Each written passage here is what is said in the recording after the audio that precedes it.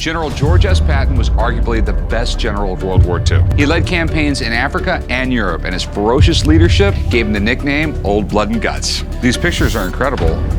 We know who that is. That's Eisenhower.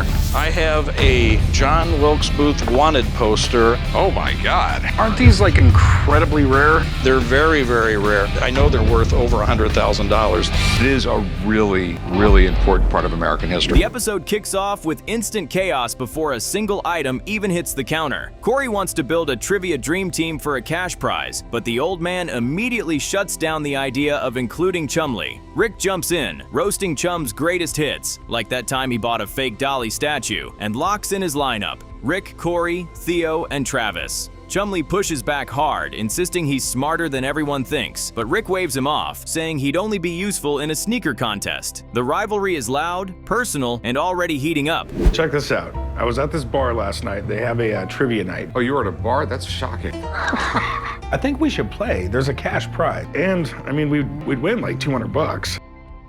A customer walks in carrying a Popeye-themed antique coin bank built to teach kids the value of saving money, joking about being a tough sailor himself while admiring the heavy metal construction. The seller hopes to get $50, though he casually admits he picked it up for free. Rick jumps in at $20, they haggle for a moment, and land at $25. It's not a massive score, but it's a clean, easy deal that sets a smooth rhythm for the day. What do we got today? I have a bank. This one here is Popeye. Did Popeye inspire you to eat spinach? No, I'm not a spinach eater, Chumlee. Popeye made me eat my vegetables. Yeah, you look like it, Chumlee. Then the mood shifts fast. Rick's longtime friend Craig walks in, but this time he's not here as an expert. He's here to sell. He brings a Civil War-era DeMoor pistol tied to a bold claim. It belonged to a black Confederate officer. Rick's eyebrows shoot up instantly. He's never heard of that before, and it sounds off. The pistol itself looks authentic, but its entire value depends on whether that story holds water or collapses under scrutiny. You like history, Rick. Bought this gun, and when I saw it, I knew it was for you. All right, so what's so special about the gun? Gun is a Moor, and it belonged to a black officer during the Civil War from Louisiana. The conversation turns intense. Craig stands by the story, saying it came straight from a history book, even admitting it sounds unusual. Rick isn't buying it without proof and immediately calls in Mark Hall Patton. Now, everything rides on verification. The $7,000 asking price suddenly feels like a gamble, hanging entirely on whether this strange piece of Civil War history is real or just a great story attached to an old weapon. In the Civil War. Okay, I know there was Black Army in the South, but I don't believe they had any officers. I don't either. That's the weird thing. As far as I know, there was just a couple black officers in the Union In the Army. whole Civil War, I know. Mark studies the engraving, Lieutenant Hayes of the Louisiana Native Guard, and carefully explains the real history. There were no black Confederate officers, but after Union forces took New Orleans, they formed the Louisiana Native Guard from free black men, and its officers were black. The pistol isn't Confederate at all. It's tied to one of the earliest black regiments fighting for the Union, completely reshaping its story and giving it a different kind of historical weight. I want to specifically look at what's engraved on it, because I'm sure you know the gun itself. Lieutenant S. Hayes, Company F, 2nd Regiment, Louisiana Native Guard. Mark is clearly impressed, calling it one of the coolest pistols he's handled. With the true story confirmed, the price suddenly feels justified. Rick immediately starts pushing for a lower number, joking that Craig probably got it cheap. Craig fires back without missing a beat, saying Rick knows he'll flip it for more. The energy shifts. Two guys who respect each other, now negotiating like full-blown competitors. The first black regiments were the Louisiana Native Guard. So to have something that ties back to that, this is an incredible piece. This is a hell of a find. I mean, you've had me come in and look at a few interesting pieces, but this thing's cool. This is a neat piece. They finally land at $6,000. Rick makes it clear he doesn't hand out expert discounts, even to friends, and Craig accepts the deal. But while the transaction wraps up, another story is quietly unfolding. Chumlee, still salty about being shut out of trivia night, decides to strike back. He locks Travis, one of Rick's key teammates, out in the blazing backlot. It's a deal. Let's do it. I usually don't deal with my experts as customers, but when I do, they better be prepared because I do not have an expert discount. I'm still mad the guys chose Theo and Travis over me for trivia night. I think I've got a plan. I'll get the door for you. Next, a woman brings in a signed photograph of President Benjamin Harrison. Rick and Corey joke about maybe being related, but she's serious. She wants to sell it to fund her parents' anniversary trip. She's asking $500. Rick immediately studies the signature and warns it could be printed or fake, which would drop its value close to zero. Now, the entire deal hangs on one question. Is the autograph actually real? I have this signed picture. Benjamin Harrison. Hey, Corey. It's like your great-great-uncle twice removed from your second cousin. Do you really believe we're actually related to that guy? Rick calls an autograph expert Stuart. Knowing a genuine presidential signature changes everything. While they wait, another issue bubbles up. Travis is still missing. Chumlee casually admits he sent him on a pointless errand across town. Rick instantly connects the dots. This wasn't an accident. Chumlee deliberately sabotaged the trivia team, and now Rick's carefully built lineup is falling apart before the game even begins. All right? Okay, thank you. Most cabinet cards aren't worth the paper they're printed on, so normally this would be a pass. But a cabinet card actually signed by a president, now that's a different story. And not just because supposedly I'm related to this guy. Has anyone seen Trav? I hadn't seen him, son. With Travis out of the picture, Rick scrambles and recruits the old man to fill the slot, bribing him with chicken wings. Chumlee offers again to join, clearly hoping this is his moment. They ignore him completely. Even after causing the chaos, they'd still rather bring in the old man than let him play. That rejection hits deep, and you can see it flip a switch. Now Chumlee isn't just hurt, he's motivated. What are we gonna do about tonight? You need 4 people on a team. Dad, is there any way you can make it? I won't keep you out that late.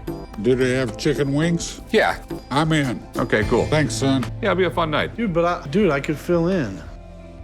Stuart finally delivers his verdict on the Harrison photo. The signature is authentic, with clear handwriting traits proving it's legit. But there's a catch. It's a later generation print, not an original photograph, which lowers the value. Still, it's impressive. He appraises it around $1,250. The seller lights up immediately. She walked in hoping for far less, and now her parents' anniversary trip suddenly feels very real. I do believe this was signed by President Benjamin Harrison himself. Oh, wow. Okay, sweet. Oh, wow, that's great. So what do you think it's worth? Well, there is one little condition with this. So if you see along here, there are all those extra lines. I don't think this is a first-generation photograph. The negotiation flips completely. Rick offers $700, already higher than her original ask. Now she's confident and pushes for $750. Rick and Corey exchange looks, realizing the expert just raised the price on them. After a moment, they agree. Deal done. She leaves smiling, and Rick admits calling in an expert sometimes costs him, but it's still a fair buy, and everyone walks away satisfied. I'll give you like $700 for it. That's the best I could do on it. Really? Could you do 8? Really? You just wanted 5, and now I'm offering you 7. Right. I have to frame it up. I have to do some other things. Trivia night finally arrives, and Rick's crew walks in expecting to dominate. Then the shock hits. Chumlee has built his own rival team from scratch. Jeremy is there for sports questions. Rebecca, the book expert, covers history and literature. Suddenly, the so-called dream team is staring at a lineup that looks smarter, sharper, and fueled entirely by revenge. The room feels different. This just got competitive. Oh no, guys, it's Rebecca. Hey, guys. Hi, Rebecca. Really? You guys ready to kick some butt? Yeah, let's do it. Let's do it. Well, we're just waiting for one more team member. I don't see much competition around. So who's next? I mean, did you bring Einstein back from the grave? That's bull. The final result drops, and it's chaos. Chumlee's team wins the $200 cash prize. He celebrates loud, proud, and right in Rick's face, claiming the trivia crown. Every bit of sabotage, planning, and determination paid off. The ultimate underdog moment. They doubted him, laughed him off, left him out, and he still walked away with the win when it mattered most. The answer is, he did not go to work. And by a landslide, the winners of $200 cash is Chumlee's team.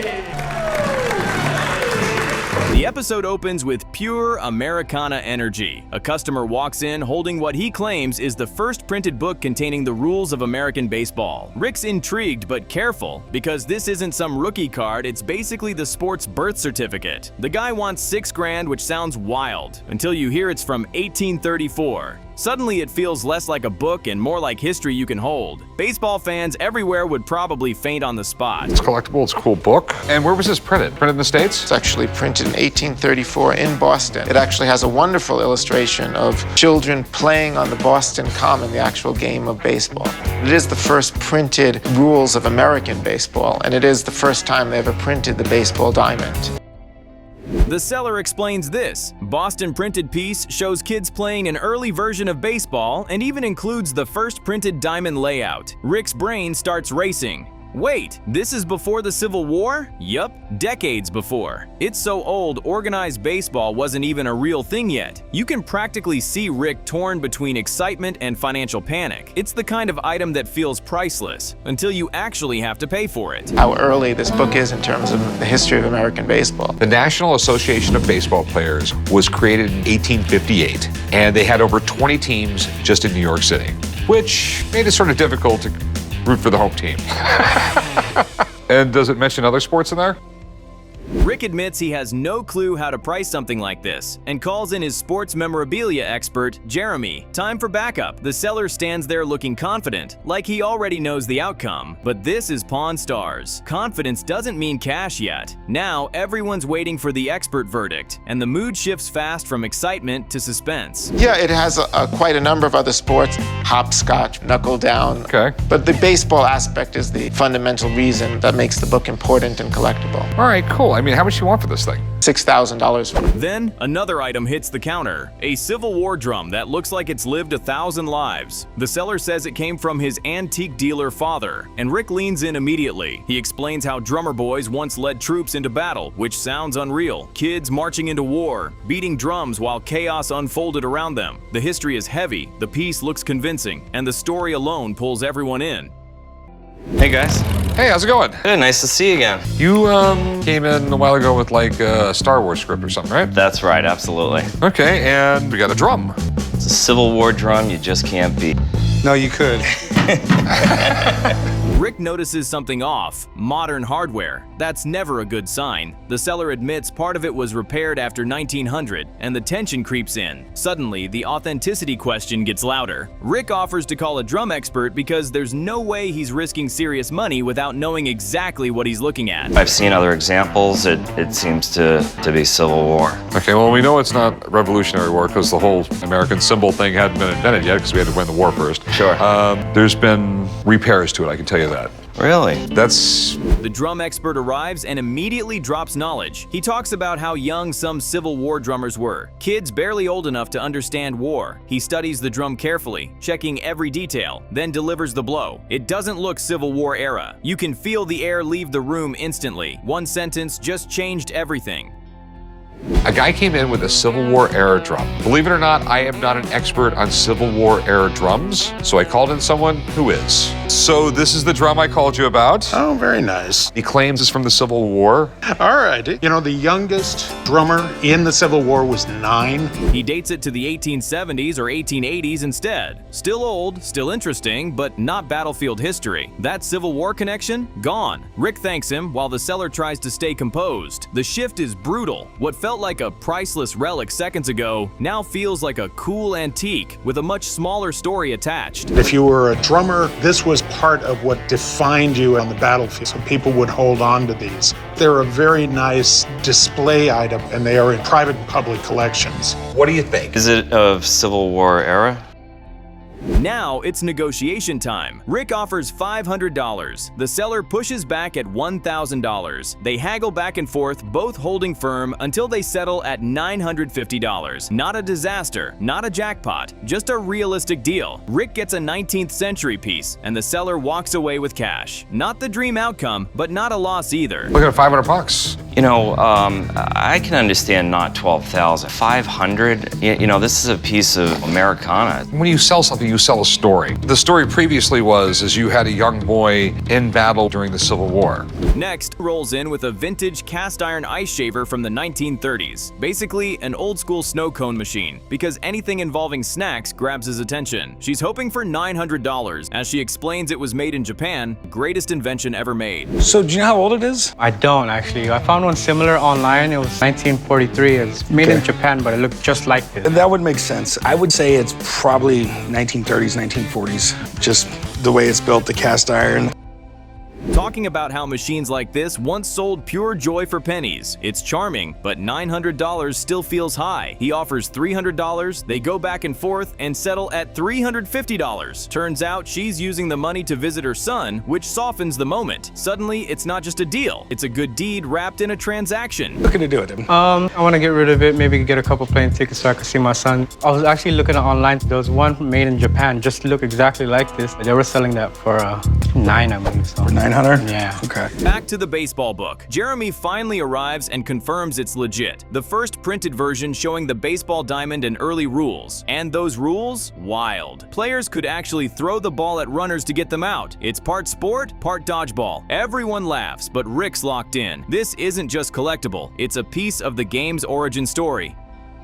Guy came into my shop and he's got a book that he says is the very first book with the rules of baseball. But this one's tricky. I got to figure out what this thing is worth. So I called in my buddy Jeremy. You know, I mean, I just don't know anything about it. I've never even heard of the book, you know. I know exactly what this thing is. Then another quirky item appears, the Bridgewater's Corkscrew, nicknamed the King Daddy of bottle openers. It comes in a coffin-shaped case and dates back to 1932, celebrating the end of Prohibition. Chumlee is instantly fascinated. The history, the design, the drama. It's weird, memorable, and exactly the kind of item that thrives in this shop. Hi, how are you? Pretty good. How you doing? Good, good. I have Bridgewater's Corkscrew, produced in 1932. Comes in a coffin. This is more or less the king daddy of all corkscrews and bottle openers. All right. I guess even back in the day they were popping bottles. The seller asks for $1,100, but Chumlee isn't biting. They trade offers, joke about bootleggers, and slowly work their way down until they land at $325. Handshake, smiles, done. Chumlee sums it up perfectly. Years later and still turning a profit. It's small, it's simple, and it works.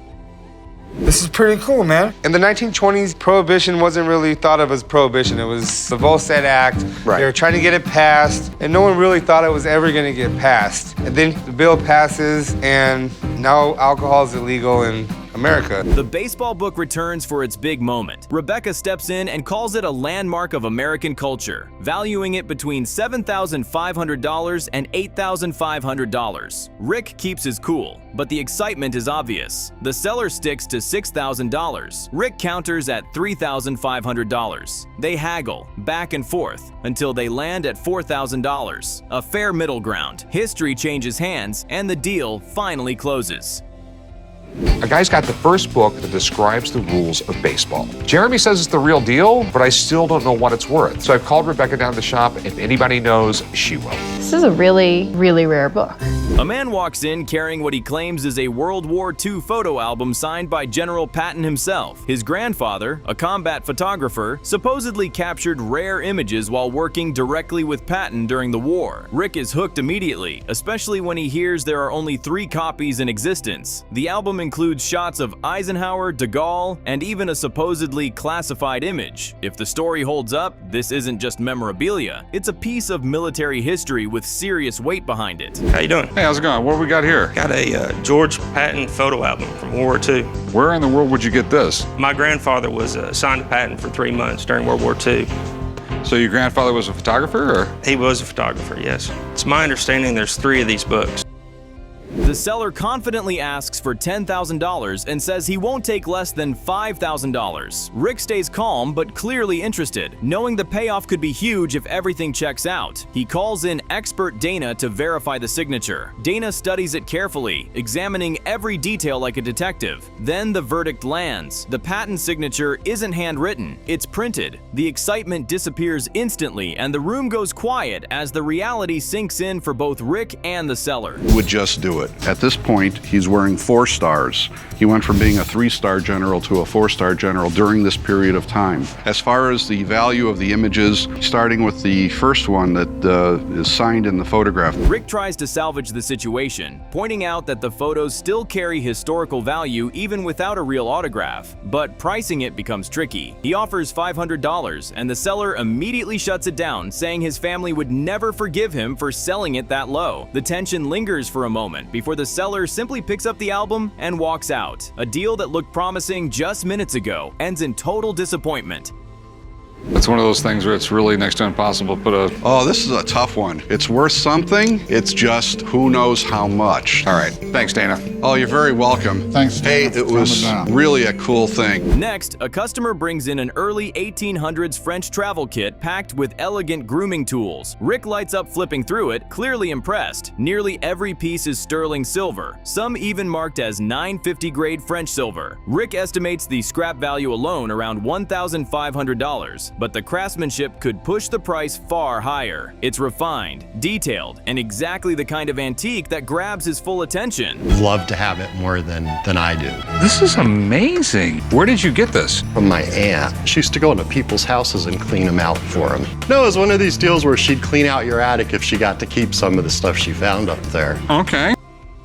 The seller shoots high at $10,000. Rick counters at $6,000. They go back and forth, testing each other until they settle at $6,500. Then the seller casually admits he got the kit for free. Rick can't hide his satisfaction, and the seller walks away thrilled with the payout. What started as forgotten storage clutter just turned into a serious payday. Amazing. I'd estimate the scrap value of the silver at least $1,500, but the quality and the craftsmanship of these pieces make it worth 5 or 10 times as much as that. I love old stuff like this, and I can't believe it is in my shop. What did you want to do with this? Well, I'd like to sell it. Then comes one of the strangest items yet. Tiny children-sized boots signed by legendary jockey Willie Shoemaker. They're that small because Shoemaker himself was only 4'11" and wore a size 1. Rick's caught off guard immediately. The seller explains the boots are tied to Shoemaker's 7,997th win, just 3 victories short of 8,000. It's an oddly fascinating story that makes the little boots feel bigger than they look. Hey, what can I help you with? Hey, I have a pair of Jockey racing boots autographed by Willie Shoemaker. That is one little boot. All right, do you know what size these are? Yeah, these are a size 1. We got the original box. The seller asks for $4,000, which sounds huge for something smaller than a lunchbox. Rick hesitates, especially since the autograph is faint and the boots show heavy wear. Still, the seller insists they were used during a major moment in Shoemaker's career. Rick decides he needs proof before even thinking about money, and suddenly this quirky item turns into a serious authentication test. So how'd you get these? I got these from a friend of the family. Her father won them at the racetrack. Every time Willie Shoemaker won a race leading up to his 8,000th win, they would draw a name and they would win a pair of Willie Shoemaker's autographed boots, and these were on his 7,997th win. Rick calls in handwriting expert Drew, who studies the faded signature closely, checking strokes, pressure, and flow. After a careful inspection, Drew confirms it's authentic. Even better, the boots appear race-worn, adding credibility and historical value. Just like that, the item shifts from odd curiosity to legitimate sports history, giving Rick a clearer idea of what he's dealing with. Earlier, a guy brought in a pair of jockey boots signed by the great Willie Shoemaker. So I invited my buddy Drew down to take a look. I'm Drew with Authentic Autographs Unlimited. I'm a forensic document examiner. This is what I called you about. Okay, well, these are definitely horse racing boots, that's for sure. The value lands around $1,250 under the right conditions. Rick still opens at $500, pointing to the faded signature and niche appeal. The seller pushes for $800, hoping to squeeze out more, but Rick doesn't move. After a long pause, the seller finally agrees. The deal gets done, but handing over those tiny boots clearly stings. It's not a loss, but it doesn't feel like a win either. Willie Shoemaker's signature is not exactly rare, but if Rick can get this for the proper price, it's definitely a good idea. Horse racing buffs will definitely pay. So how much were you looking to get out of them? Well, from what he said, I'm gonna ask $1,250. Well, this is my problem. It's that autograph. Next, Rick and Corey head to a garage packed with more than 175 Jim Beam decanters. Greek gods, animals, war themes, Japanese figures. It looks like a bourbon museum exploded in someone's storage space. The seller wants $4,500. Corey laughs instantly, overwhelmed just looking at the sheer number of fragile pieces. Rick sees potential, but also sees the nightmare of transporting and storing all of it. Earlier, I got a call from a lady with some antique decanters. So me and Corey are on our way to go take a look. So this is why I called you. Wow, you got a lot of booze here. Want to crack one open? I'm all right. Rick opens with $500. The seller insists the collection is worth at least $4,000 and pushes back hard. They negotiate until she asks for $600. Rick finally agrees, sealing the deal. Corey's face says everything. He's already imagining hauling box after box of glass back to the shop. The sale is done, but the hard part is just beginning. Bottles over here. Can we take them out of the box? Yeah. This baby's worth $1,200. Where'd you get that number? I got it off the internet. That was what they were asking for it. Quite frankly, you can ask anything, not necessarily going to get it.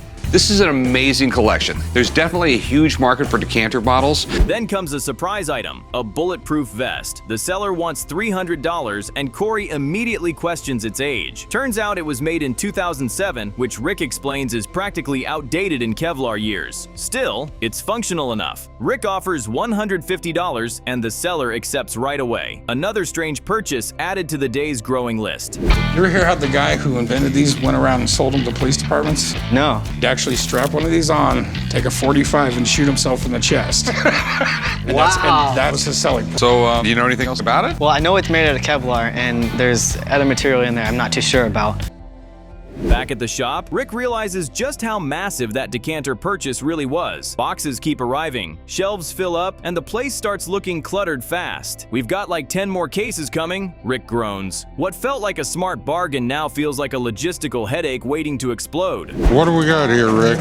A lot of Jim Beam bottles. I sort of got some buyer's remorse over it. Ain't that the damn truth? Yeah, but we got like 10 more cases of those things coming in.